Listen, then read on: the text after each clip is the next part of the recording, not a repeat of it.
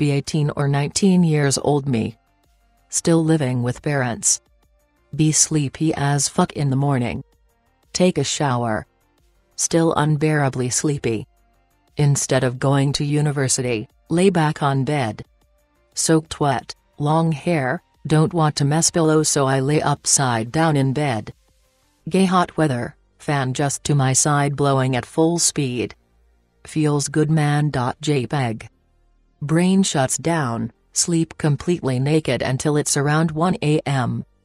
I give these details because this is my excuse, so I try to convince myself I was having some fever hallucination. I was naked, didn't dry myself, had the fan wind blowing directly on me. Maybe I just got some fever, right?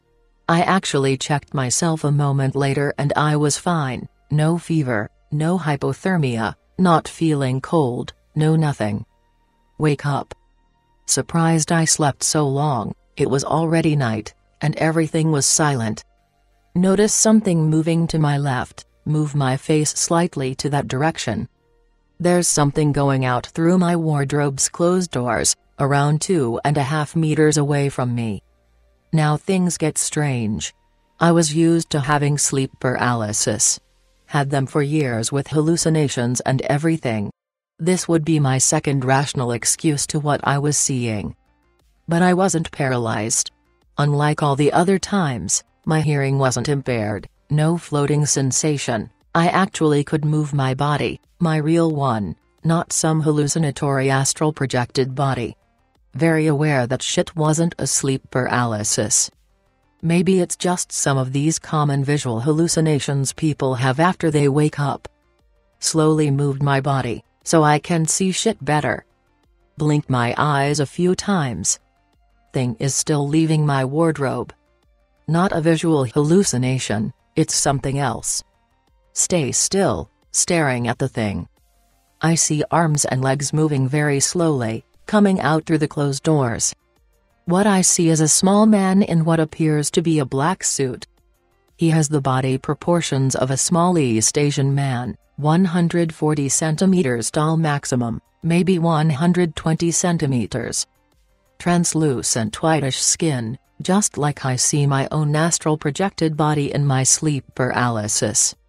He looks Japanese and has a big round head, but it's still in human proportions. I just realized I had Japanese neighbors living in the next floor, so maybe his specs weren't so random. The short ghost is floating a few centimeters above the ground and moves not only slowly, but like he is walking underwater. For some reason, the underwater detail still creeps me out. He moves like a Final Fantasy Tactics character walking, almost, in place after someone cast them float and slow in battle. The formal nip ghost keeps walking very slowly towards me. Heart accelerates. I decide to wait before jumping out of bed, kind out of curiosity, kind out of fear, and also fearing the naked me would wake up everyone in the house in the process. My next step would be to enter a fighting stance facing the thing while I move in direction to the door, where I would turn on the lights. Then I probably would run out of my room, but then I was naked. I should be silent, or things would get even weirder to me. The Asian ghostlet is getting closer. In the middle of the way he stops and stares at me. Maybe it's a gay ghost, why the fuck is he staring at naked me? Feeling vulnerable, I shouldn't have let him get so close, was getting prepared for a fucking ghost jump scare, was thinking about taking the first move. After staring at me eternally for like 5 seconds, he moves back. Problem is, he didn't turn around to move back to my wardrobe, he just flipped like a fucking game sprite. In a moment he was facing me, in the next moment he was on his back. That's the second detail that still creeps the fuck out of me. Then he went back to his slow underwater pace, moving back to the wardrobe. The same way as he came into my room, he left, going out through the closed door as any immaterial ghost would. I wait a few seconds and get up, wearing my towel around me.